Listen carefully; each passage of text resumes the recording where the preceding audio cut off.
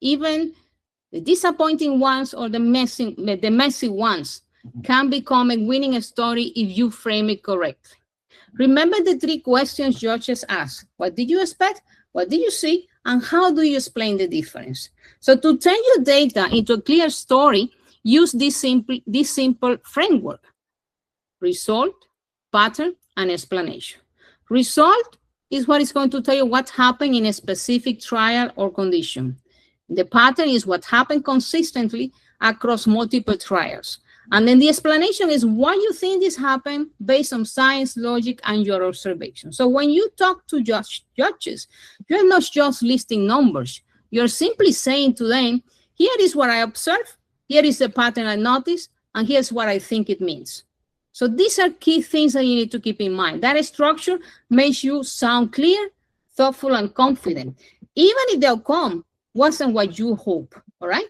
So let me show you how this looks in a real project example. Imagine, for example, a student that is building an artificial intelligence model to detect plant disease from leaf images. The student expected around 90% accuracy, but their model only reached 65% accuracy.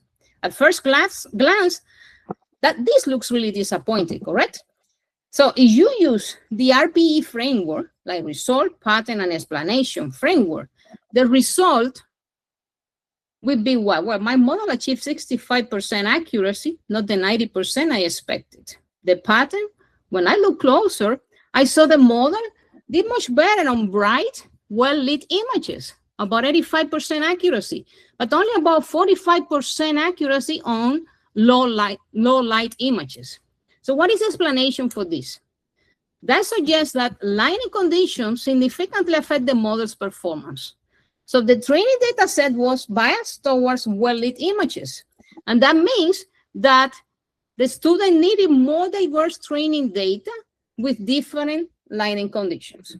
So you can see the RPE framework, how to actually develop these 3 steps.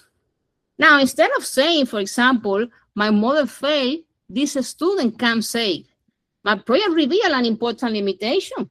Models trained only on pretty well-lit images may fail in real-world farm conditions. The next step to fix this is that, and you can see the judges are often more impressed in this case by this kind of clear limitation analysis than by a perfect-looking number with no deep explanation. So you see how outcomes that we're not expecting, that were not so successful, are actually telling me a kind of information that is productive.